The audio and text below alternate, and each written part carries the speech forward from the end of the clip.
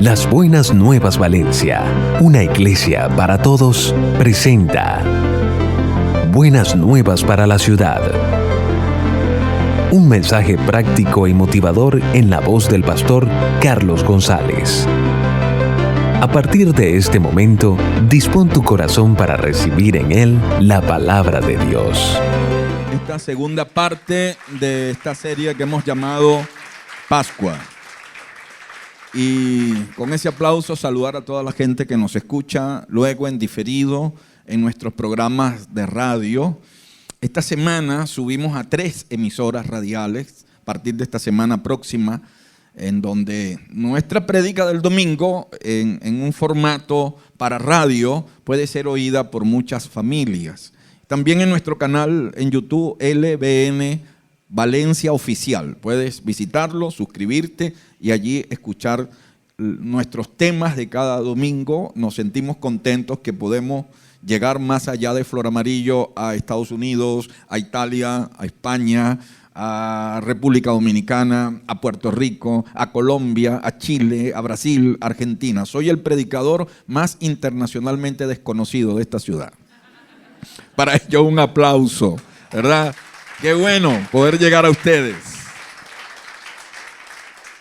Decíamos desde que comenzamos la semana pasada, hoy terminamos, son 2 temas nada más, que hicimos estos 2 temas en el marco de la Semana Mayor, de la Semana Santa, porque para nosotros esta semana es más que una tradición. Recordamos esta semana 2 hechos que cambiaron por completo no solo la historia de la humanidad, sino también nuestras vidas.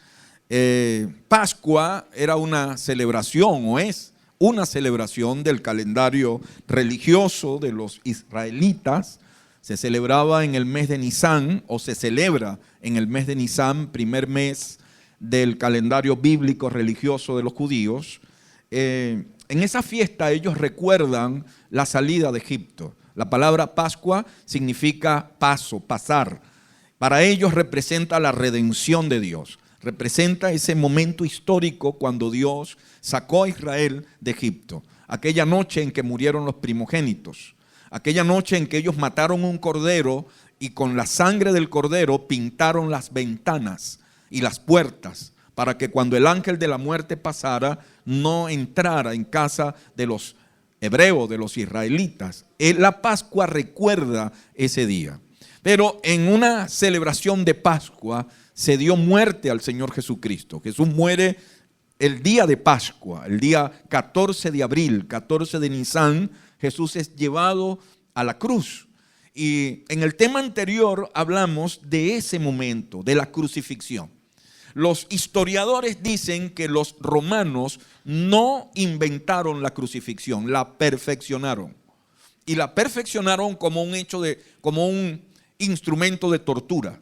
Era la forma en que los romanos daban muerte a los delincuentes, a los que se rebelaban contra Roma, eran crucificados. Y era una manera de Roma decir: esto sucederá con todo aquel que se rebele contra Roma. Era una forma de infundir miedo, infundir terror. Los crucificados eran colgados o amarrados a una cruz y colocados allí desnudos y dejados allí hasta morir. Morían abandonados, solos, asfixiados, morían de sed, deshidratados. Era una tortura tremenda. Para acelerar la muerte de ellos, les quebraban las piernas, les quebraban las coyunturas.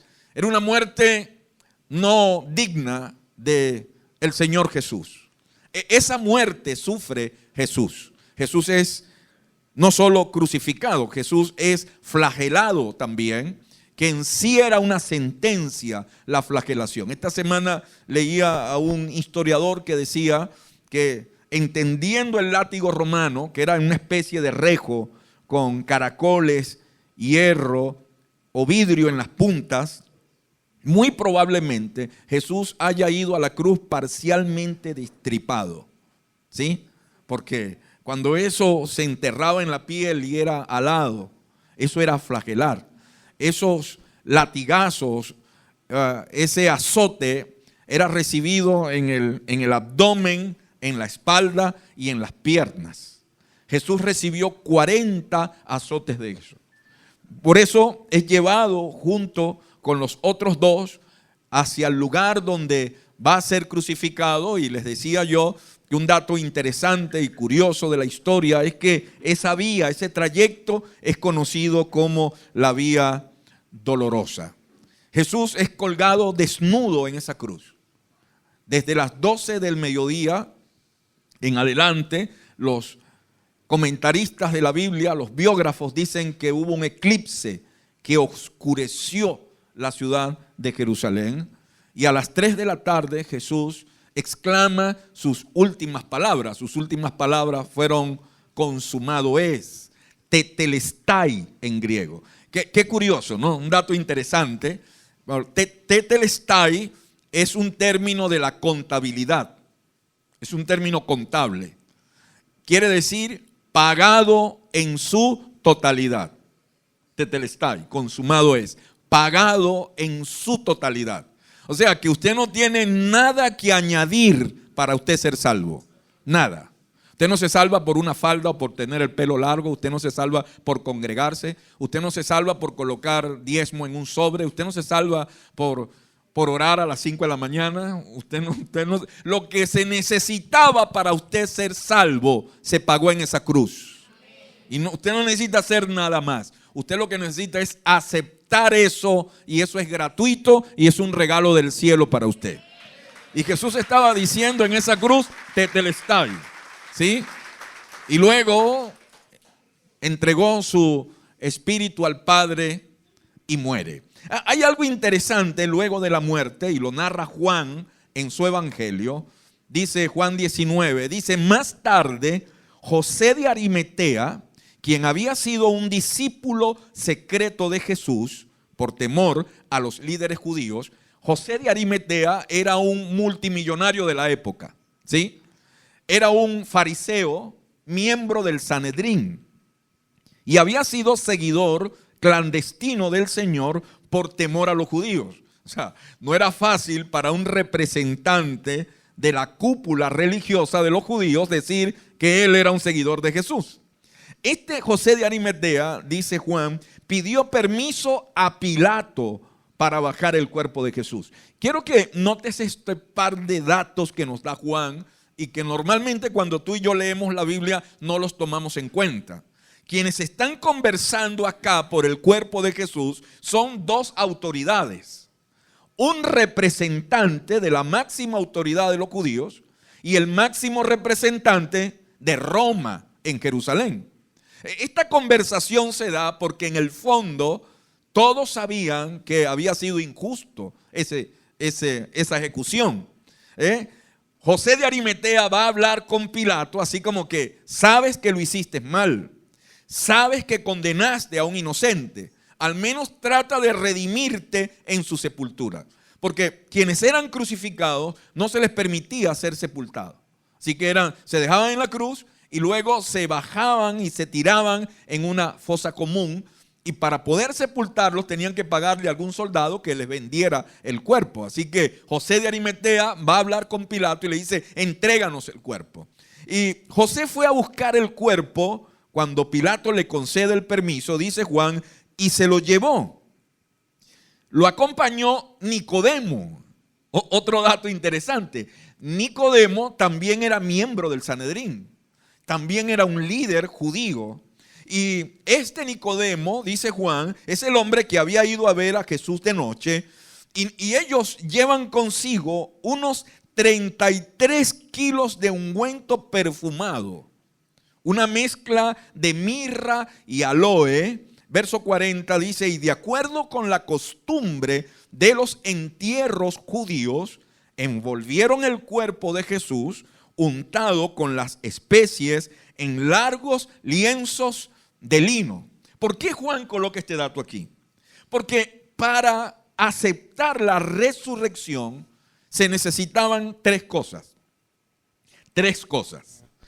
Número uno, que realmente había muerto. Y eso tenía que certificarse.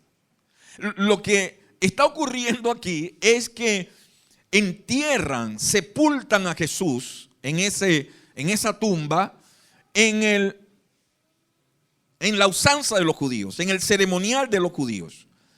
Los expertos dicen que luego de este ceremonial de colocar toda esta cantidad de lienzos y especies aromáticas, el cuerpo pasaba a pesar 50 kilos más. ¿Sabes? Si no se había muerto en la cruz, se murió asfixiado.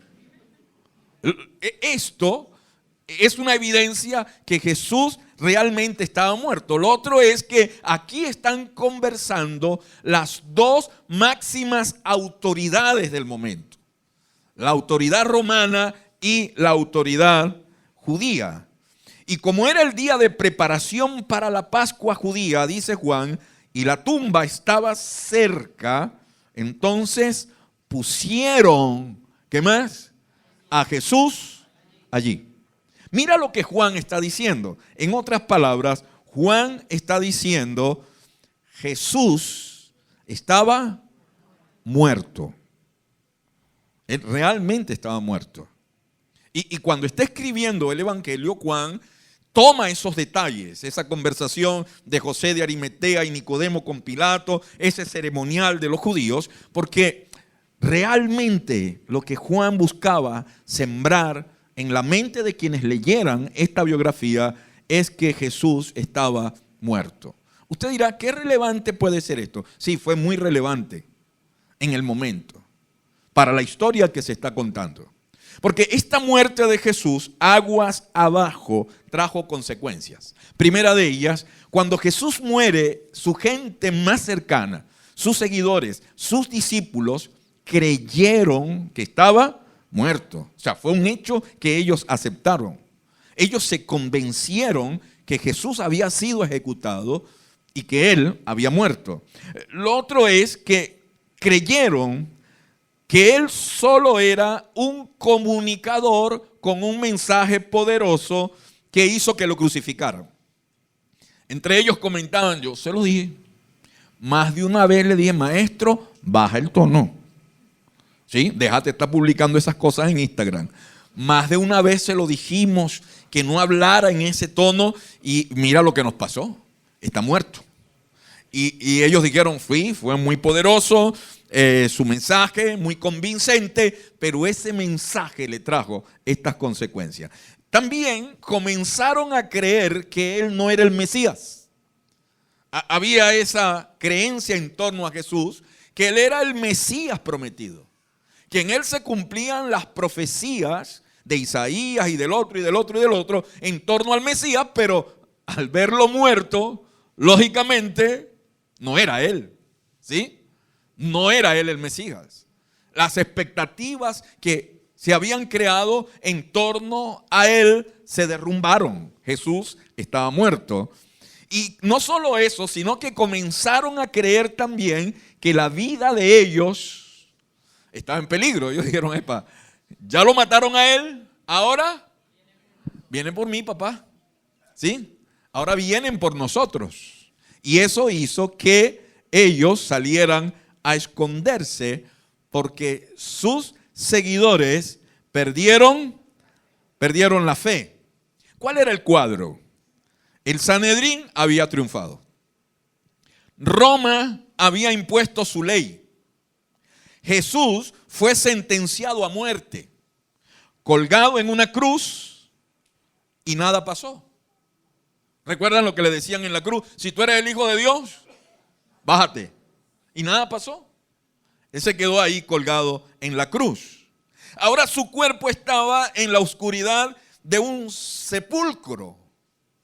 Y cada uno de ellos desesperadamente y llenos de incertidumbre temían sufrir un final igual. Ese era el cuadro. Eso fue lo que la crucifixión generó en ellos. Recuerda, estamos hablando de seres humanos. Y ese fue el escenario real. Ahora, tú y yo estamos aquí hoy como consecuencia de eso. ¿Cómo fue que esa historia cambió y llegó hasta Flor Amarillo? ¿Cómo es que 2.500 millones de personas hoy creen en Jesús. ¿Cómo es que se levantó una iglesia? ¿Cómo es que arrancó uno de los movimientos más increíbles de la historia como lo es la iglesia? ¿Qué pasó? Porque esta pandilla de hombres llenos de miedo, de incertidumbre, no pudo haber hecho eso. Bueno, pasó lo que pasa en las películas. Sí, pasó lo que sucede en las series de Netflix y todas esas que usted ve. A veces usted está viendo una película, pasa algo y usted queda chocado, ¿verdad? ¡Pam! Y luego colocan unas letricas que dicen, no, dicen, luego de esto, o más tarde, ¿verdad? 3 meses después, porque uno dice, murió, listo, murió. No, colocan, 1 año después sale el protagonista vivo. Usted, sí, igual pasó. O sea, la historia no se quedó ahí en el sepulcro, sino que días después ellos vieron algo. Vieron algo que los cambió. Vieron algo que cambió la historia. Vieron algo que fue significativo para ellos. Y tú dirás, ¿qué vieron? Vieron a Jesús resucitado. Disfruta usted de Buenas Nuevas para la Ciudad con el pastor Carlos González. Esto para ellos fue increíble. Ahora entiendo por qué de los 11 discípulos que quedaron, solo uno muere de muerte natural. El resto fue martirizado, o crucificado, o apedreado, o otro fue desmembrado, otro fue atravesado con una lanza, y todos ellos mantuvieron su fe hasta el final. Porque este hecho cambió la vida de ellos. Jesús había resucitado. Y es lo que nosotros celebramos. Cuando tú lees la historia de Jesús, su nacimiento se anuncia como una tremenda noticia. Traemos buenas nuevas que serán de gran gozo para todo el pueblo. Y la dieron unos ángeles.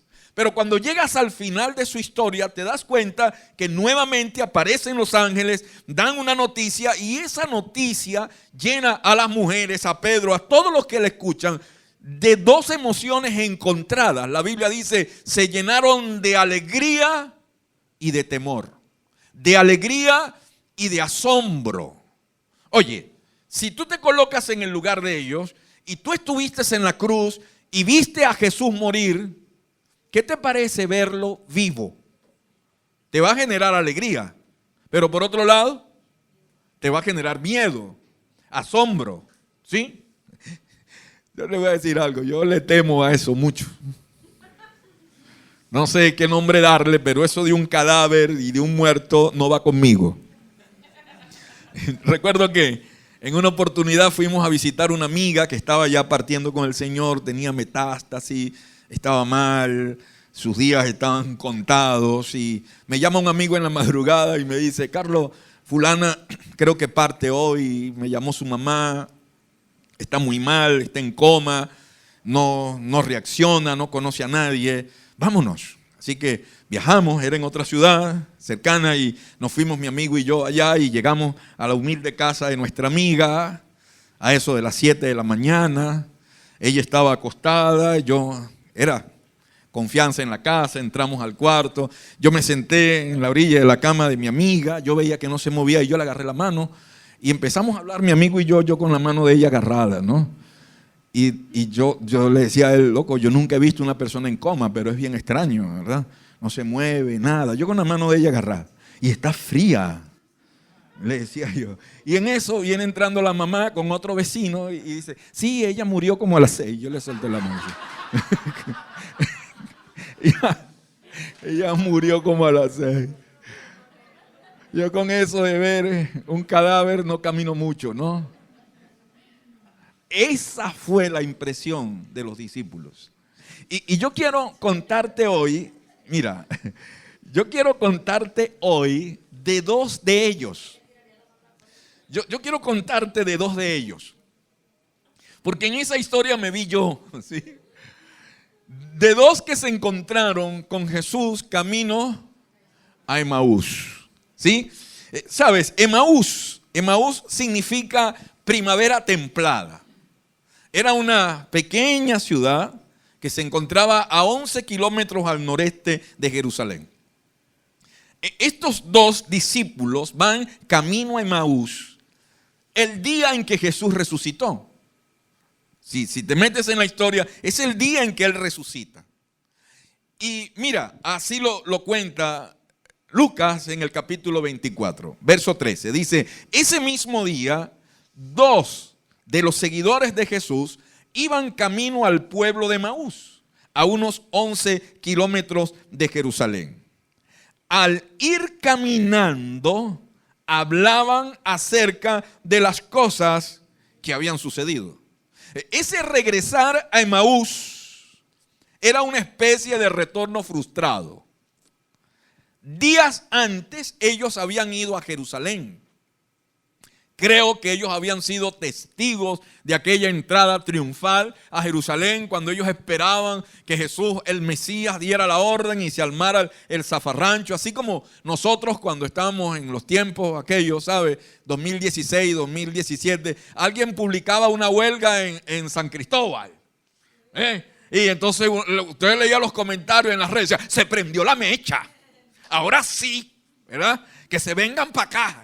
La gente ávida de que un golpe de Estado, algo ocurriera. Eso pasó el día de la entrada triunfal. Ellos esperaban que el rey entrara y se levantara Israel contra Roma, y el tipo llegó arriba de un burro.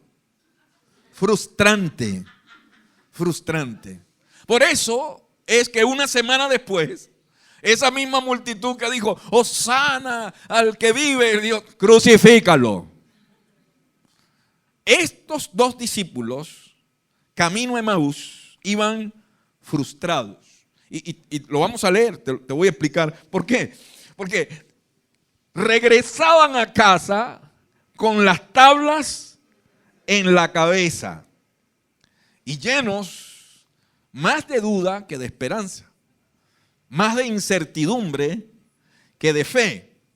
Y cuando ellos dos van allí rumbo a Emaús, al ir caminando, un tercero se mete. ¿Sí? Lo que ellos no se dan cuenta es que ese tercero que se mete era Jesús mismo. Y Juan dice, mientras conversaban y hablaban, de pronto, ¿qué pasó? Jesús mismo se apareció y comenzó a caminar con ellos. ¿Sí? Y esto es una pauta terapéutica del Señor y nos enseña algo muy interesante. Es en el momento de la incertidumbre, en el momento de la crisis, en el momento de las dudas, de las preguntas que no tienen respuestas, cuando Dios aparece en nuestra vida. Dios siempre aparece en nuestra vida en los tiempos de crisis y en un tiempo muy difícil para ellos, Jesús se acerca y comienza un proceso terapéutico con ellos, realmente.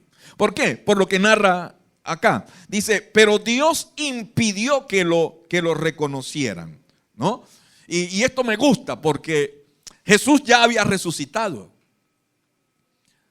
Y Jesús pudo haber hecho lo que hizo el zorro en la película La marca del zorro. ¿Recuerdas esa película? ¿La has visto? Antonio Banderas era el protagonista. Y está iniciando la película. Y la autoridad española de Monterrey va a ejecutar a unos campesinos injustamente. Porque ellos dicen, vamos a matar a estos inocentes. Esto hace que el zorro aparezca, porque el zorro siempre aparece cuando matan a los inocentes, cuando quieren matar a los inocentes y están a la espera del zorro. ¿La vio? Eso está en la Biblia. No, eso no está en la Biblia. ¿Recuerda esa escena? El zorro estaba entre la multitud. Y cuando los hermanos Murrieta se lo encontraron, él andaba con una capucha. Y los dos chamos, Alejandro y Joaquín, yo no he visto esa película. Se encuentran con él, el zorro le dice, ¡shh! Algo así fue ese día. Pero Jesús no dijo que Él era Jesús, sino que llega de incógnita e impide que lo reconozcan. Y esto me da un dato del Señor interesante, que yo sé que esto se escucha en la radio y la gente lo sigue en internet. Jesús no era chaucero. Chauceros son los evangélicos, pero Jesús no. Jesús siempre pasa desapercibido. Así que Él no llegó con un show. Porque si hubiese sido en este tiempo de los evangélicos chauceros, imagínate tú. Todo el espectáculo, ¿verdad? ¿Sabes quién soy yo? ¿Ah? No. Llega de imprevisto y le cierra los ojos espirituales para que no se den cuenta que es Él. ¿Sí? Y comienza a formularle una serie de preguntas. Él les pregunta, dice Lucas, ¿de qué vienen discutiendo tan profundamente en el camino? Mira, en todos los talleres que yo he hecho de consejería, siempre nos dicen lo siguiente: deja hablar a la gente y métete en la conversación con las personas en base a preguntas y haz que ellos respondan esas preguntas, porque la Biblia dice que de la llenura del corazón habla la boca. Así que Jesús entra en la conversación y comienza a formular preguntas. Y la primera pregunta que les hace, ¿de qué vienen hablando? Estoy escuchando una discusión acá, dime, ¿de qué vienen discutiendo tan profundamente? Y entonces ellos se detienen de golpe, dice Lucas 24, se detienen con sus rostros. ¿Cómo? ¿Te das cuenta? Ese regresar a Emaús era la tabla en la cabeza. Cargados de tristeza. Yo te pregunto, ahora yo soy el terapeuta.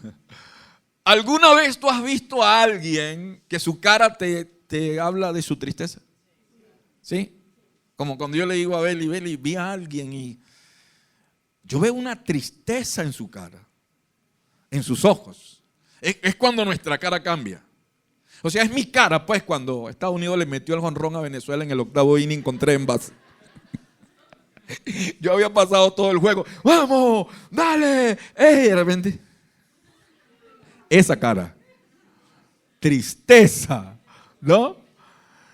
A esta gente le habían dado algo más que un jonrón con 3 envases. Habían matado al Señor, al líder del movimiento. Y con sus rostros cargados de tristeza, dice el verso 18, entonces uno de ellos, llamado Cleofas, qué interesante que Lucas dice, vamos a dar su nombre, Cleofas, contestó, mira, tú debes ser la única persona en Jerusalén que no oyó acerca de las cosas que han sucedido allí en los últimos días. Te lo digo en otra manera. Cleofas le dice, ¿en qué mundo vives tú, mijito? ¿De dónde vives tú? ¿De dónde vienes tú? ¿De qué ciudad vienes tú?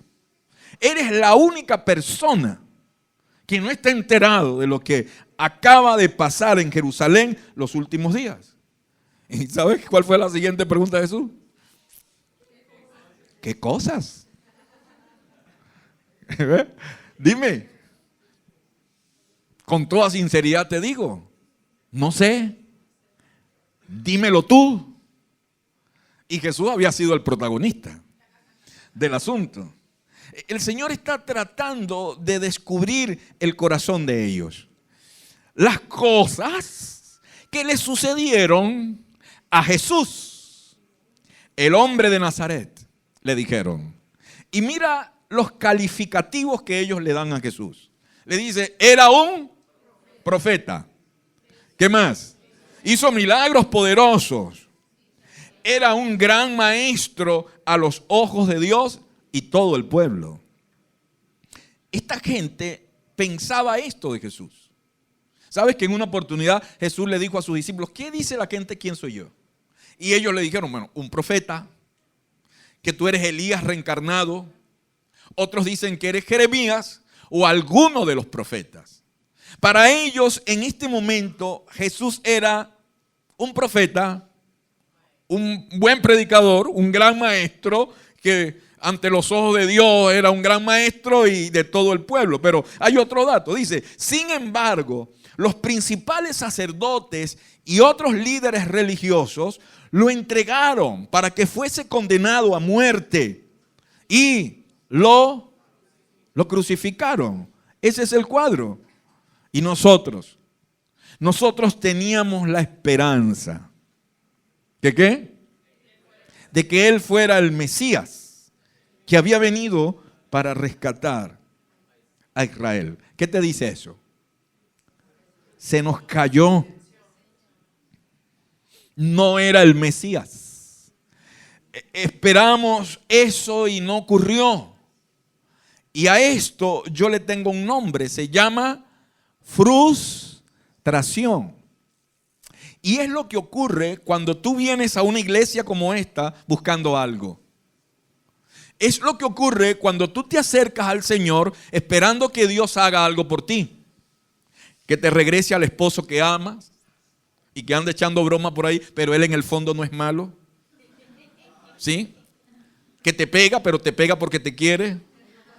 Entonces tú vienes a la iglesia para que Dios haga algo, lo transforme. Solo Dios puede transformar su corazón. Y vienes aquí buscando que Dios haga ese milagrito para ti.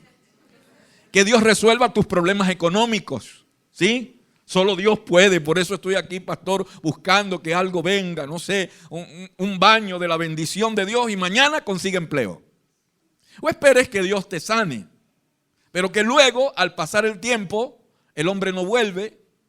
El trabajo no llega y Dios no te sana, tu situación no cambia y tú te frustras. ¿Aló?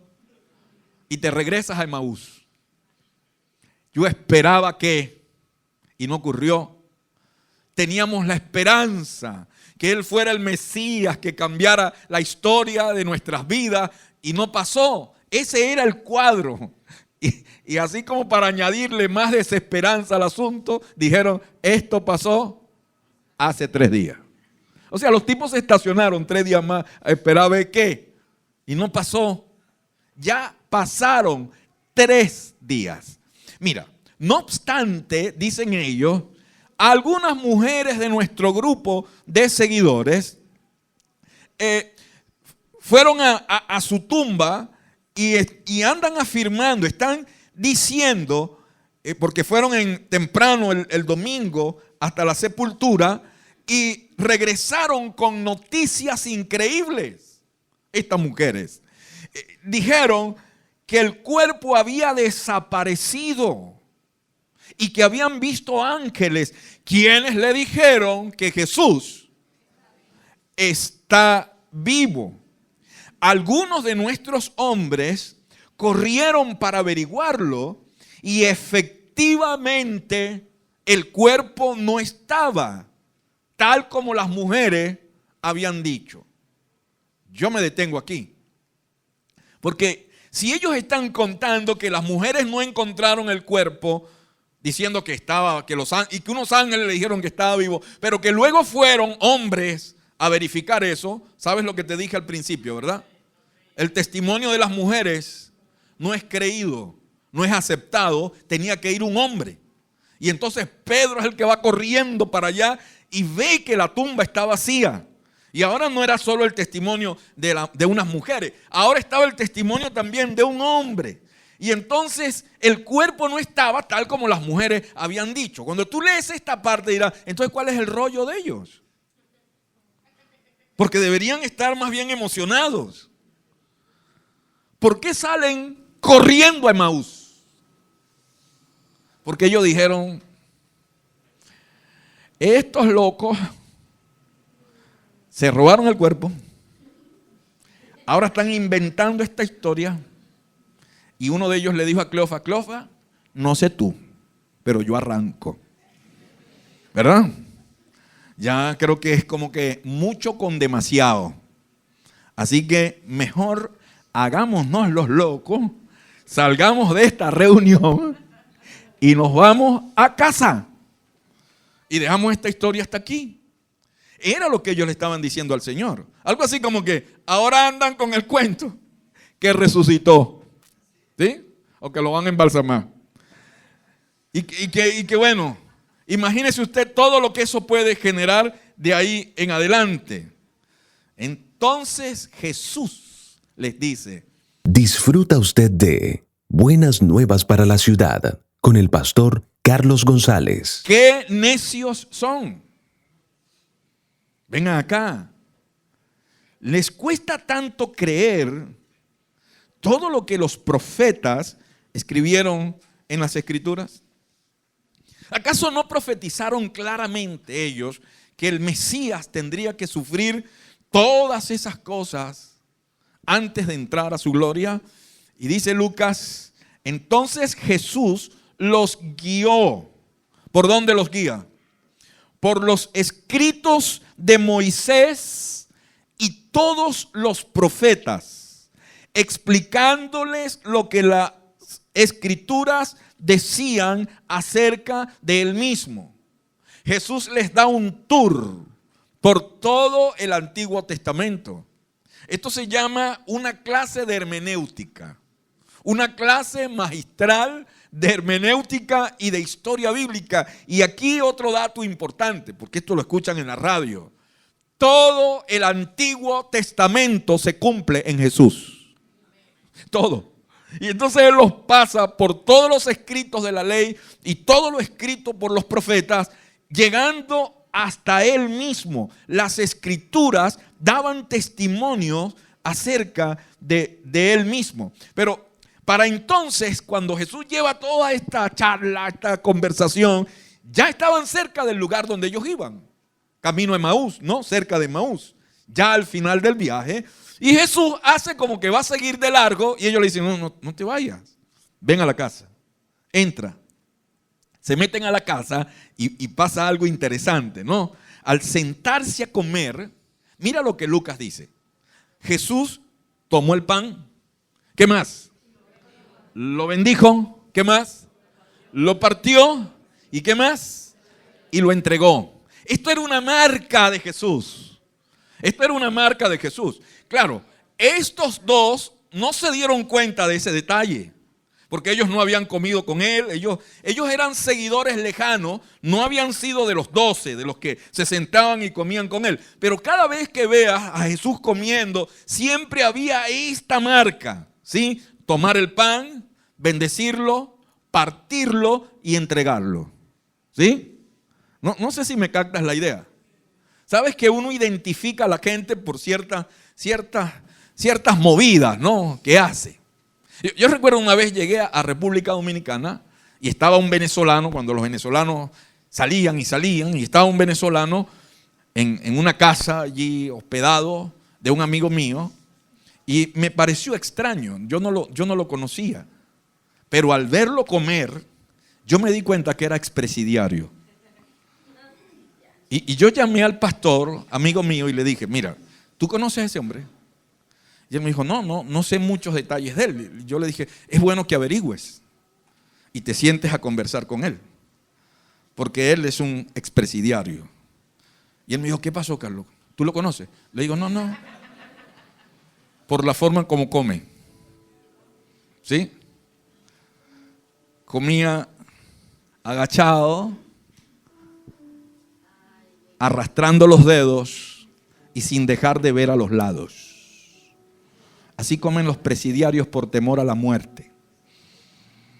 Yo le dije eso. Y sí, cuando pude conocerlo luego, era un expresidiario. No es que yo estuve preso. Es que me crié en un barrio. Y uno conoce esos detalles, ¿no? Y Jesús hace esto, y cuando hace esto ocurre algo. De pronto se les abrieron los ojos y lo reconocieron. Hasta este momento de la conversación no se habían dado cuenta quién era. Sus ojos estaban cerrados. Pero Jesús hace esto y viene Dios y les abre los ojos y se dan cuenta que es Él. Pero en el momento que se dan cuenta que es Él, se desaparece en la mesa. Wow. Tremenda experiencia, ¿verdad? impresionante experiencia. Esta experiencia fue transformadora para ellos dos. Sí, por lo que leemos a continuación, y voy a agarrarme estos minuticos para narrarte que este encuentro con Jesús trajo 3 cosas inmediatas en estos dos discípulos. Inmediatas. O sea, no fue un asunto días después. No. Inmediato. 3 cosas que ocurrieron inmediatamente. Primera de ellas. Vieron, ¿qué cosa? Léamelo usted bien fuerte. Vieron el cuadro completo. ¿Qué es ver el cuadro completo? Ver el cuadro completo es cuando nos damos cuenta que todo cuadra. Es como cuando tú te detienes en la vida y dices, ahora entiendo por qué pasó esto. Ahora cobra sentido para mí esto. Ahora sé por qué. Se llama el cuadro completo. Es cuando te das cuenta que nada ocurre por casualidad y que todo tiene un propósito. Y que hay cosas en la vida que pasan desapercibidas. Tú las notas, pero no le prestas atención. Pero esas cosas tienen un significado. ¿Por qué te digo eso? Por lo que ellos dicen. Entonces se dijeron uno al otro. Loco, yo no sé tú, pero ahora entiendo por qué cuando comenzó a hablarnos de la palabra y de las escrituras, mi corazón ardía. Wow. No sé cómo explicarte qué era eso. Pero ellos, cuando él empezó a mencionar las escrituras, sintieron una llama de fuego en el corazón.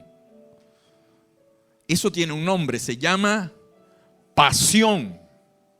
Así que cuando él empezó a citar las escrituras, ellos comenzaron a sentir que toda su pesadez, toda su incertidumbre, toda su preocupación se fue transformando en un ardor en el corazón, en una pasión en el corazón.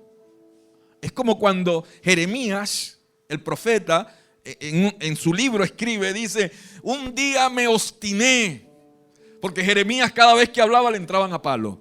Cada vez que decía algo traía una consecuencia y lo metieron en una cisterna, le dieron unos batazos, le colocaron un cepo y un día Jeremías dijo, ¿sabes qué, papá? Más nunca voy a hablar en tu nombre.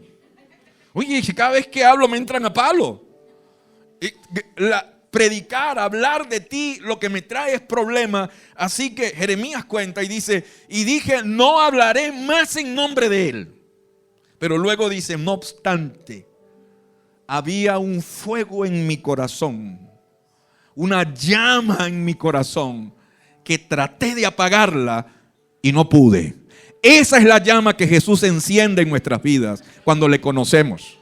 Y ellos dicen, nuestro corazón ardía cuando Él nos hablaba las escrituras.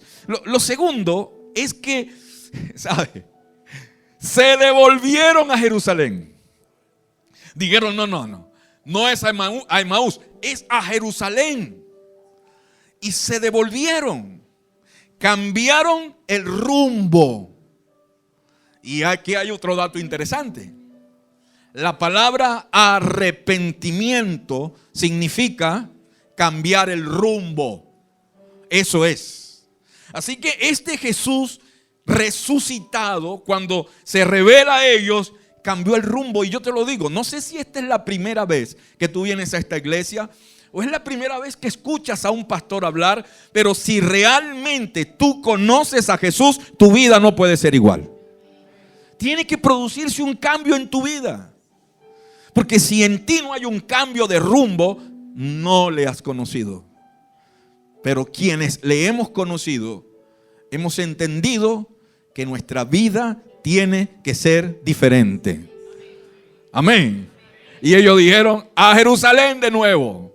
No importa los peligros, no importa lo que esté sucediendo, no importa cualquier escenario difícil que allá nos encontremos, nos regresamos a Jerusalén. Y Lucas dice, en menos de una hora.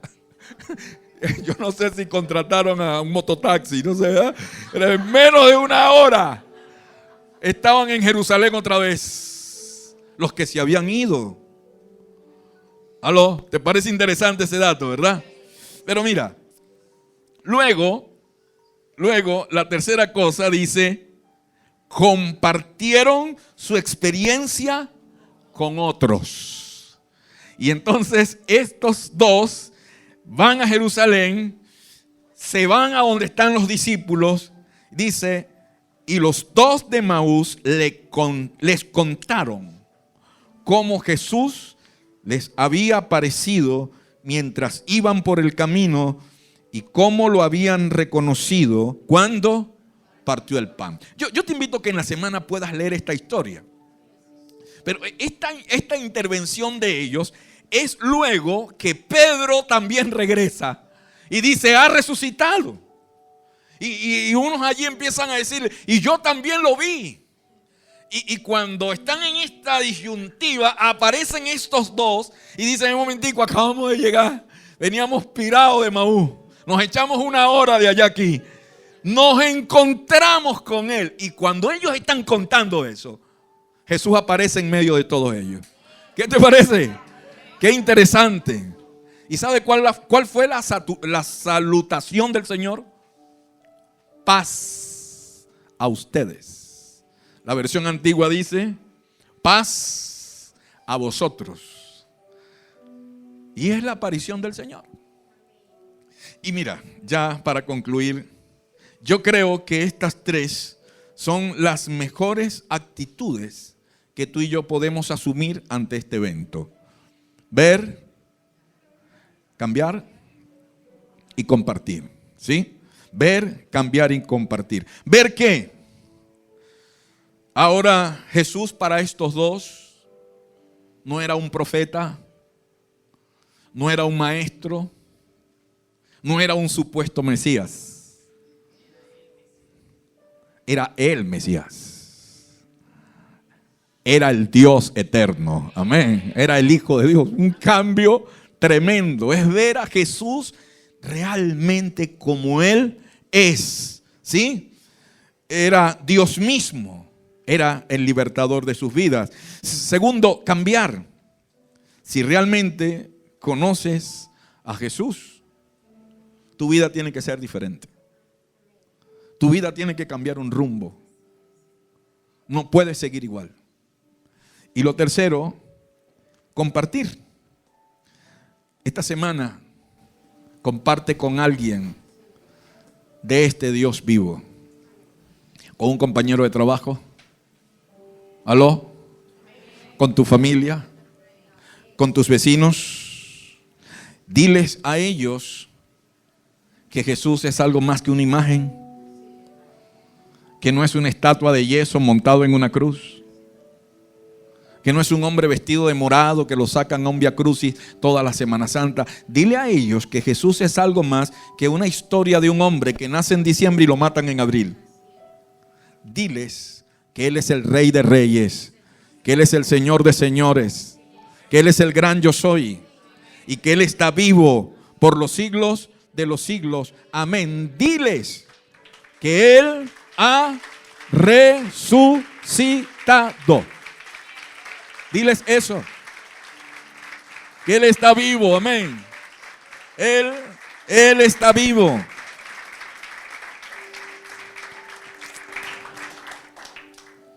Eso es Pascua. ¿Quieres estar en pie allí donde estás? Eso es Pascua. El Rey está aquí esta mañana porque Él vive. Y la Biblia dice, porque Él vive, nosotros también vivimos. Vamos, inclina tu rostro ahí donde estás. Padre, gracias. Wow. Qué interesante es tu historia, Señor. Qué interesante para mí es hablar de ti. Yo que he contado tantas historias y que he leído tantas historias, me quedo sin palabras ante ti, Señor. Ayúdame a que esta semana yo cuente tu historia a toda persona con quien me encuentre.